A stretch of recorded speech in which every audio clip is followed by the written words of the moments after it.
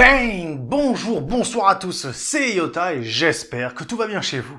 Quand on parle western, il y a bon nombre de références qui nous viennent en tête. Les 7 mercenaires, Il était une fois dans l'Ouest, Clint Eastwood, John Wayne ou encore les western spaghetti. Mais ça c'est pour le 7e art. Au niveau de la BD, il y a qui? Bon, bien évidemment, il y a le mythique Lucky Luke et ses amis, mais il y en a d'autres, Durango, les Tuniques Bleues ou même encore Yakari pour les plus jeunes. Mais il y en a un qui représente le western adulte dans le monde entier. Un ouvrage racontant l'histoire d'un homme qui passera par de nombreuses étapes dans sa vie, mais surtout nous permettant de voir les grands points d'un bon western. Complot, armée, train, indien, poker, rien n'arrête celui que l'on nomme Mike Steve Donovan. Alors prenez vos jeux de cartes, n'oubliez pas votre colt et vos balles, et surtout j'espère que vous avez révisé vos cours d'histoire sur la guerre de sécession. Aujourd'hui messieurs dames, nous allons parler de l'œuvre western la plus connue de la bande dessinée derrière Lucky Luke, bien évidemment, à savoir Blueberry.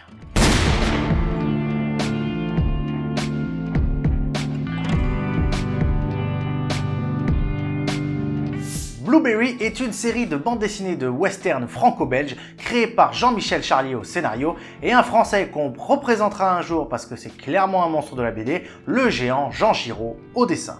L'œuvre est publiée dans le périodique Pilote de 1963 à 1973, puis dans d'autres périodiques comme Tintin, Métal Hurlant ou même encore le cultissime Spirou, et enfin édité en album chez l'éditeur Dargaud, connu donc pour des monstres tels que Bully Bill, Lucky Luke ou même encore 13 et Largo Winch. Et autant vous dire que comme les deux derniers que j'ai cités précédemment, ce western plus adulte qu'un Lucky Luke est culte à bien des égards. La série est reconnue pour sa profondeur historique, ses scénarios riches en rebondissements et le talent artistique de Giraud qui a su capturer l'essence du western tout en ajoutant une dimension psychologique complexe à ses personnages. Les thèmes de l'honneur, de la trahison, de la liberté et de la justice sont totalement omniprésents.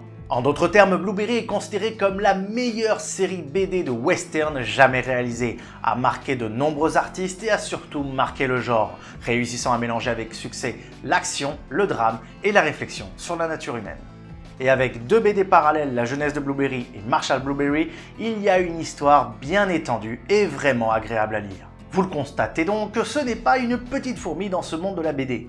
Mais il faut comprendre un peu son histoire avant.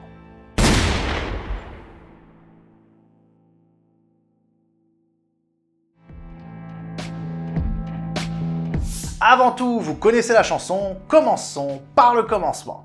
Nous sommes donc en 1963. Jean-Michel Charlier, un scénariste belge, cherche un dessinateur pour un western à paraître dans le magazine Pilote. Pour trouver ce qu'il cherche, il en parle à un autre scénariste belge, à savoir Joseph Guillain, qu'on connaît plutôt sous le nom de JG. Et JG, c'est pas n'importe qui, surtout qu'il dessinait Jerry Spring, une autre BD western. En discutant ensemble, il propose un illustrateur qui travaille avec lui en tant qu'assistant, notre jeune et fameux Jean Giraud. Et ce choix sera le bon puisqu'en effet les premières aventures de Blueberry paraîtront le 31 octobre 1963 chez Pilote avec Fort Navarro et aura un succès retentissant. Le succès est tellement fort qu'en 1968, les auteurs entreprennent de raconter la jeunesse du héros durant la guerre de sécession avec la jeunesse de Blueberry. Ces pages sont publiées dans Super Pocket Pilote sous forme de récit complet et racontent comment le héros a obtenu son nom inhabituel de Blueberry. Et en 1991, alors que la série principale est arrêtée à cause de la mort de Jean-Michel Charlier en 1989, Jean Giraud crée alors une série parallèle dont il écrit le scénario et confie le dessin à William Vance, qu'on connaît déjà pour 13, avec Marshall Blueberry, qui prend pour cadre l'année 1868 et s'intercale ainsi entre les cycles du Cheval de Fer et de l'Ordre de la Sierra de la série principale. Et avec le succès qui continue à prendre de l'ampleur, notre jeune Jean Giraud, 5 ans après la dernière publication dans la série principale, décide d'entamer un nouveau cycle en 1995 et cette fois-ci il sera au scénario et au dessin. Depuis, plusieurs projets vont essayer de voir le jour comme un projet sous-titré Blueberry 1900 et mettant en scène un Mike Blueberry plus âgé élaboré par Jean Giraud qui souhaite en écrire le scénario et en confier le dessin à François Bouc. Il s'agit d'un projet défini par Giraud comme très libre et fort transgressif par rapport à la première image de Mike. En effet, avec l'utilisation du rapport à la magie qu'entretiennent les Indiens, une immersion dans la sociologie indienne, comme pour Danse avec les loups, en remettant à plat notre vision matérialiste du monde et en expliquant le choc de culture qui s'en est déroulé, disait-il. Malheureusement, ce projet est rejeté par Philippe Charlier, fils et ayant droit de Jean-Michel Charlier, qui n'a pas accepté la trame du récit impliquant l'utilisation de drogue par Blueberry et l'existence de sciences occultes telles que le chamanisme. Mais soyez rassurés, Jean Giraud n'a toujours pas oublié son idée puisqu'en effet dans un dernier interview qu'il a fait, il a dit que l'idée était toujours en tête et qu'elle était toujours en projet. Donc soyez rassurés, peut-être qu'un jour on le verra finalement cette histoire en dessin. Bon, vous avez les grandes lignes donc de l'histoire de la création de cette œuvre. Maintenant passons à la véritable histoire de Blueberry et aux personnages.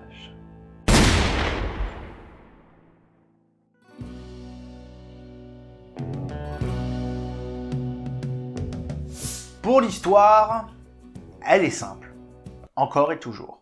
L'histoire suit le personnage de Blueberry à travers de nombreuses aventures dans le Far West américain, marquées par des événements historiques réels comme la guerre de sécession, la conquête de l'Ouest, les conflits avec les Amérindiens et les guerres civiles mexicaines. Et Blueberry est un anti-héros par excellence. Il n'est pas un modèle de vertu, il boit, il fume, se bat souvent, mais il possède un fort sens de la justice qui le rend extrêmement charismatique. Mais ça, nous allons le voir dans la présentation des personnages. Mike Blueberry, de son vrai nom Mike Steve Donovan, est le personnage principal de la série. Sans déconner, bah putain, là je suis choqué. C'est un lieutenant de cavalerie de l'armée américaine, connu pour son caractère rebelle, son tempérament impulsif et son sens aigu de la justice. D'origine sudiste, il a quitté sa famille et son milieu d'origine après un désaccord avec ses valeurs, notamment à cause de son opposition à l'esclavage. Il se distingue par son indépendance et sa tendance à se retrouver mêlé à des situations complexes, souvent à la limite de la légalité.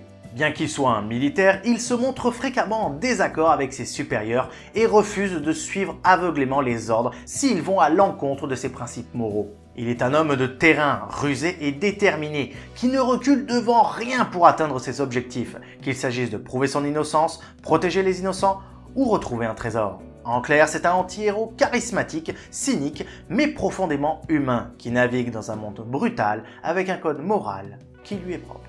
Jim McClure est un vieux trappeur et prospecteur au tempérament bourru mais au cœur loyal. Il est un ami fidèle de Blueberry, souvent à ses côtés lors de ses nombreuses aventures. Avec son apparence de vieil homme barbu, au caractère un peu ronchon, il apporte une touche d'humour à la série. Malgré son âge et son penchant pour la bouteille, McClure reste un allié précieux, courageux et débrouillard, apportant son expérience et sa connaissance du Far West pour aider Blueberry dans les missions périlleuses. Redneck, non pas lui là, mais lui, voilà, est un ancien soldat sudiste, facilement reconnaissable à sa barbe rousse. Il est un compagnon loyal et fidèle de Mike, souvent présent dans ses aventures. Il est un personnage rustre et bourru, avec un caractère assez simple et direct. Il est courageux, parfois un peu bagarreur, mais toujours prêt à aider ses amis. Bien qu'il n'ait pas la finesse ou la ruse de Blueberry, il compense par sa détermination et sa force. Il forme avec Jim McClure un trio fidèle qui accompagne Blueberry dans plusieurs péripéties à travers l'Ouest américain. En somme, Redneck est un homme de confiance, un combattant loyal qui apporte un soutien indéflectible à Blueberry, souvent dans les moments les plus difficiles. Le général Dodge est un personnage récurrent de la série, incarnant souvent l'autorité militaire américaine dans l'Ouest. C'est un officier de haut rang, généralement représenté comme un homme rigide et déterminé qui incarne le pouvoir militaire avec une grande rigueur. Bien qu'il soit souvent en opposition avec Blueberry, en raison de la nature rebelle et indisciplinée de ce dernier, Dodge n'est pas nécessairement un antagoniste pur et simple. Il est un homme de devoir, profondément loyal à l'armée et à son pays, ce qui le met parfois en conflit avec Blueberry, surtout lorsque ce dernier prend des décisions contraires aux ordres militaires pour des raisons éthiques ou morales. Dodge respecte cependant les compétences et le courage de Blueberry, même s'il n'approuve pas toujours ses méthodes.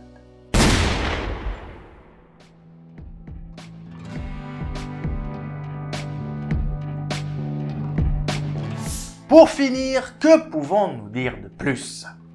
Jean Giraud n'est pas connu que sous ce nom, mais aussi celui de Moebius. Et ce surnom doit vous être familier. C'est surtout un pseudonyme sous lequel il a révolutionné la bande dessinée de science-fiction, Grâce à ce succès dans ce genre, le style graphique de Blueberry a évolué au fil des ans, en grande partie grâce à l'évolution artistique de Giro. À mesure qu'il développait son œuvre sous le nom de Moebius, ses dessins dans Blueberry sont devenus plus détaillés, dynamiques et expérimentaux, contribuant à faire de la série une référence du western en BD. Une des particularités de la série est le physique du héros, voire même aussi sa psychologie, qui évolue au fil des albums. A l'origine, le dessinateur s'est lourdement inspiré de pas mal de personnalités cultes, comme par exemple Jean-Paul Belmondo pour le visage du héros, mais aussi quelques caractéristiques d'autres personnalités cultes, comme par exemple Charles Bronson, Clint Eastwood, Arnold Schwarzenegger, Vincent Cassel, ou même encore Keith Richards.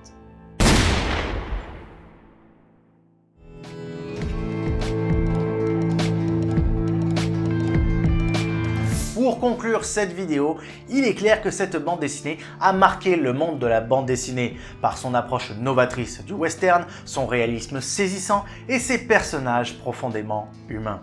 De la plume talentueuse de Jean-Michel Charlier aux illustrations emblématiques de Jean Giraud, cette série a su captiver des générations de lecteurs et reste une œuvre incontournable pour les amateurs de bande dessinée. Alors que vous soyez un passionné de longue date ou que vous venez de découvrir cette œuvre, sachez que explorer l'histoire de Blueberry et de toutes ses aventures, c'est se plonger dans une saga où l'histoire, l'action et les émotions se mêlent de manière inoubliable.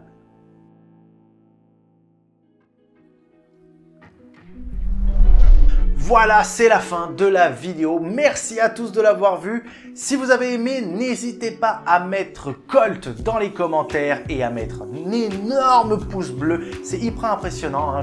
Sachez, hein, franchement, c'est très impressionnant de voir le nombre de pouces s'élever au fur et à mesure des mois. Et franchement, c'est très agréable. Alors, n'hésitez pas à le faire.